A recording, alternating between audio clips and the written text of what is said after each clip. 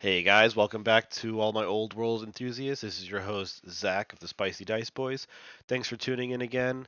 Um, Coming up here, January 25th and February 1st, I'll be attending events in Pennsylvania and Virginia for some new content. However, next up on the channel will be a set of 5 battle reports from 2024. Let me know how you like the format of these reports. I'll do my best to, take some feedback, improve, and make quality content for everybody. So this event that I'm going to be doing the next 5 reports on is called Brawler Bash. It was held in March of 2024. There was 26 entrants. It was 2,000 points. This event's a long-standing event that's got roots in old 8th edition. I believe this one was one of the first old world GTs that did happen on the East Coast. Maybe in the United States, who knows? But yeah, early 2024. So some of the lists you're going to see are a little dated. Some of the, tactics and stuff we were kind of learning on the fly. And yeah, a lot of old faces came out of the woodwork, a lot of new faces too. I did bring Wood Elves to the event, and I did complain the whole drive down to Durham, North Carolina, that oh man, my Wood Elves are going to do so terrible, because the event was completely kill based, kind of based on the points that you kill, with some soft painting scores and sportsmanship scores added. But you could win the event by losing all 5 games as long as you kill a ton of stuff. But yeah, Wood Elves I didn't think were the best choice for this because they don't really kill a ton of stuff. They're kind of an avoidance and kind of grind out through shooting army, and yeah, wasn't too confident going down here. But yeah, my first opponent, uh, nicknamed Sneaky Avocado, I believe their real name was Chris. They had dwarves. Just gonna kind of super fast go through the list so you guys get a feel for what's going on. There was a king with a lot of trimmings on shield bearers. You had a runesmith with some runes of shield breaking. There was a Thane on shield bearers as well.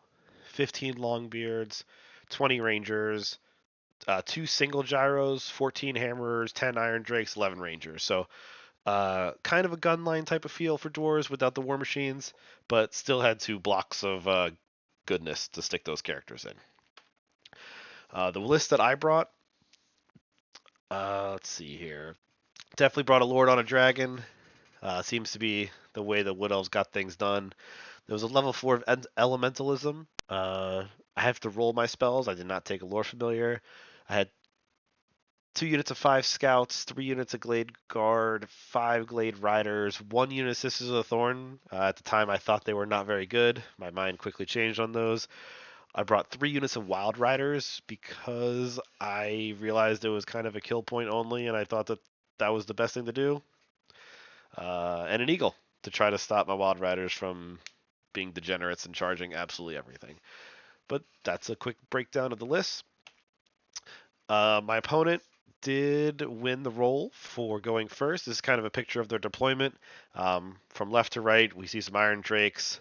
I believe that's the Thane in Longbeards. Then a King in Hammerers, another unit of Iron Drakes, some Rangers on the side in the woods, and then a kind of forward unit of Rangers. The Gyrocopters were off on the sides and did Vanguard forward. So nice, tightly packed Dwarven deployment.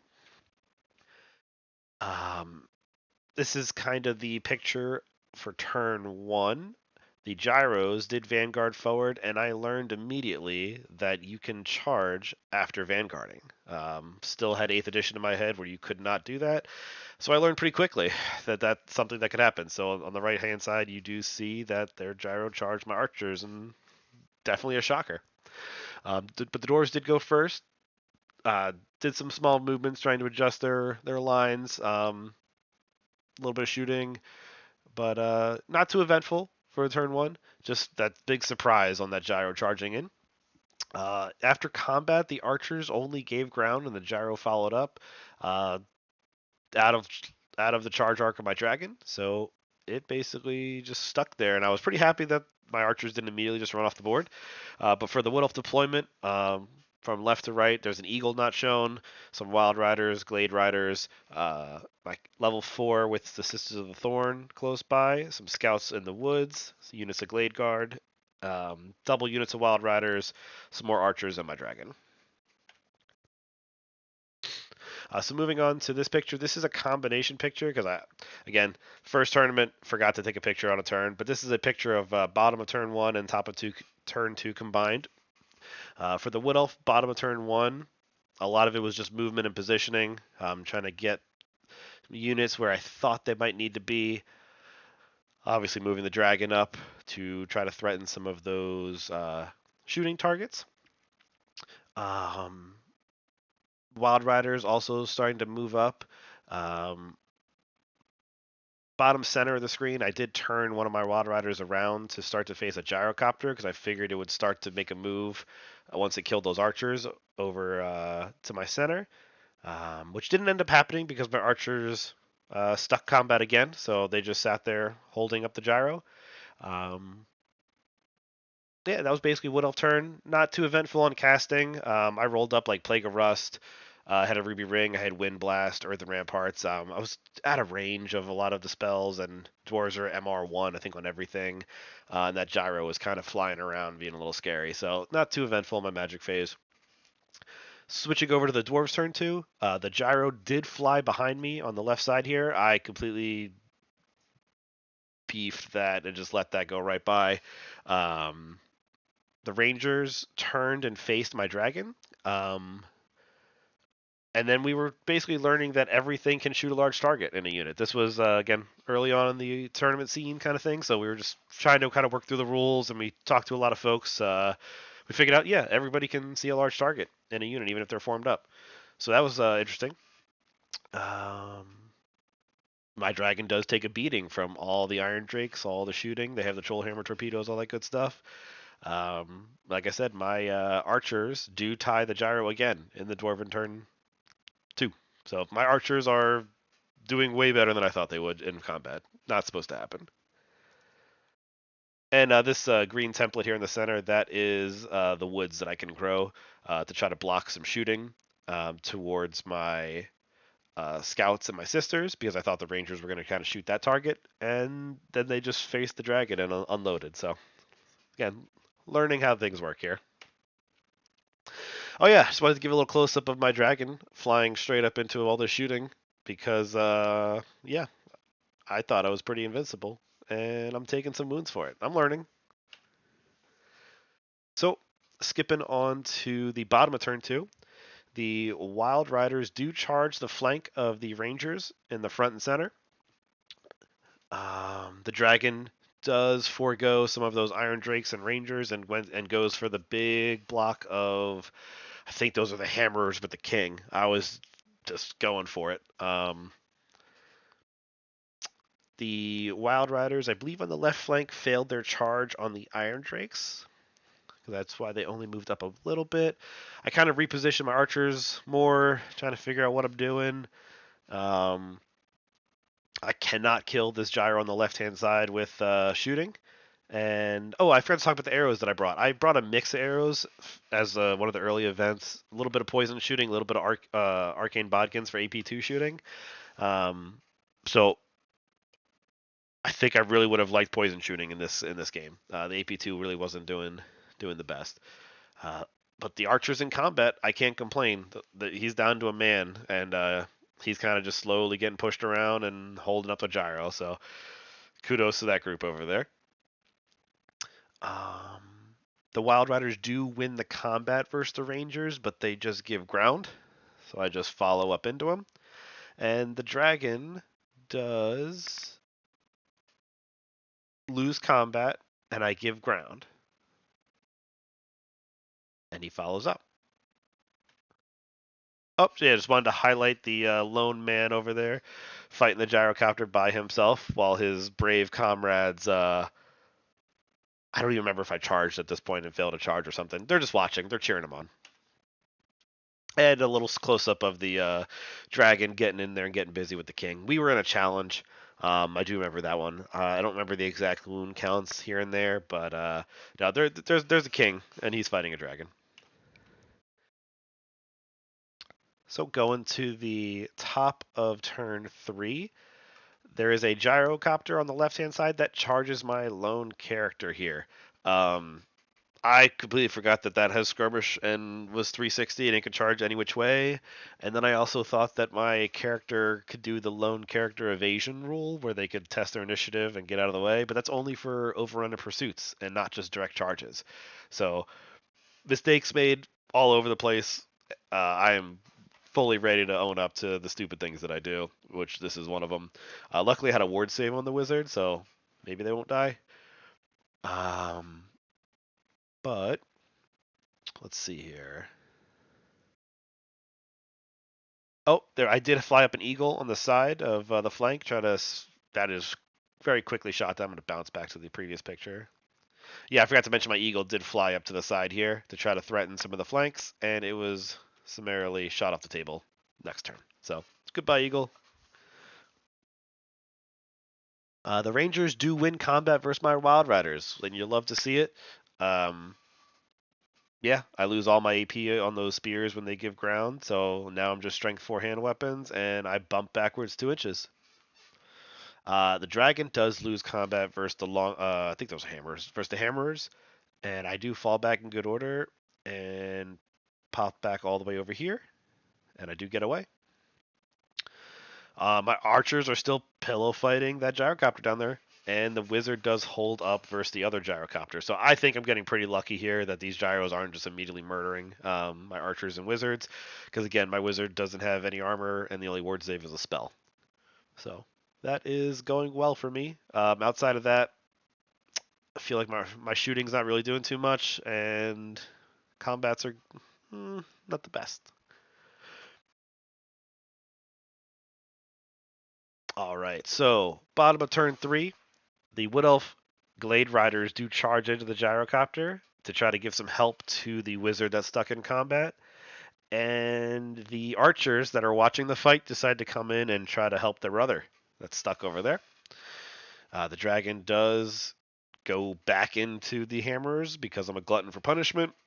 Wild Riders do charge back into the Rangers, and I do make a flank charge with the Wild Riders into the Thane's uh, Longbeard unit. I think it was Longbeards.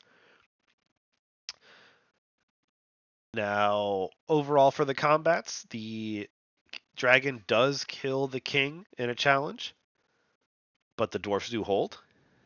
The Wild Riders do win combat versus the Longbeards with the disrupting their ranks.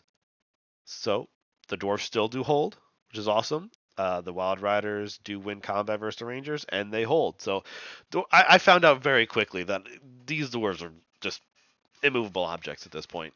I'm throwing the most degenerate Wild Riders I can at them and not breaking them. Uh, and then we kind of thought about it, and I was like, even if I did win combat by enough, all they have to do is roll under their leadership, and they fall back in good order. So yeah, Wild Riders weren't maybe the best choice. The gyrocopter down here did actually kill the one set of archers that was originally fighting against, but I threw the second group in there, so they're now still tied up. The Glade Riders did win combat versus the Gyro on the other side, pushed it back. The Wizard restrained and did not want to follow up, to kind of free himself up. And let's go to top. Oh, just wanted to highlight some of the combats here. All the stuff I'm throwing in, and these dwarf boys. It's probably because they're based in a winter theme, and we were playing on a winter table, and these dwarves were they were feeling it. They were on their home turf. Um, oh, what did I miss? Okay. So during the dwarf turn 4, my dragon did end up breaking the hammer unit and pursued off the table. We marked it with a yellow arrow and just kind of tossed the dragon off on the side because it wasn't safe to kind of put that model off on the side. It might tumble off. Don't want to break stuff. Um, the Wild Riders did break from the Hammerers, or Longbeards, I'm sorry. And the Longbeards did turn and reform to face where that dragon's going to be coming on. And of course, the Rangers beat my other unit of Wild Riders. So I'm losing all my Wild Riders. But I still have a dragon, so there's still a chance. I am pushing this gyrocopter over to the edge with these archers because I'm winning combat. He's giving ground. I'm just belly bumping this guy over to the edge. He's got, an inch to work with. So I need to win one more combat, and that gyro is going to be off the table. Yeah. Bottom of turn 4, that dragon comes back on the board.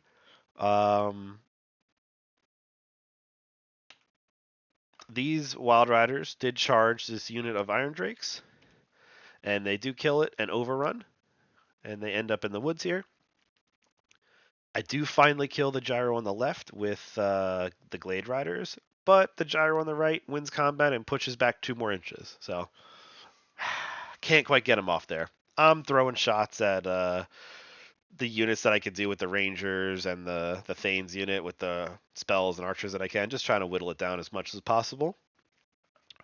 Before we go to top of turn 5 for the Dwarves, those Wild Riders that overran into the woods were summarily shot off by the Rangers, and he's kind of just repositioning his units, uh, trying to prepare for a dragon charge that's inevitably coming, and the gyro is still killing archers in the bottom. Scoot on to the Wood Elf turn 5. The dragon does charge those long beards. I believe we had a challenge, killed the Thane, broke him, and ran him down. Um, it was going to be pretty hard to get the rest of the points. So at this point, I think I just started to kind of consolidate what I had going on. And you know what? We might have bumped against time because I don't think we had a turn 6. I think my archers were still stuck against that gyrocopter. Yep, that's it. This is actually the last picture I have.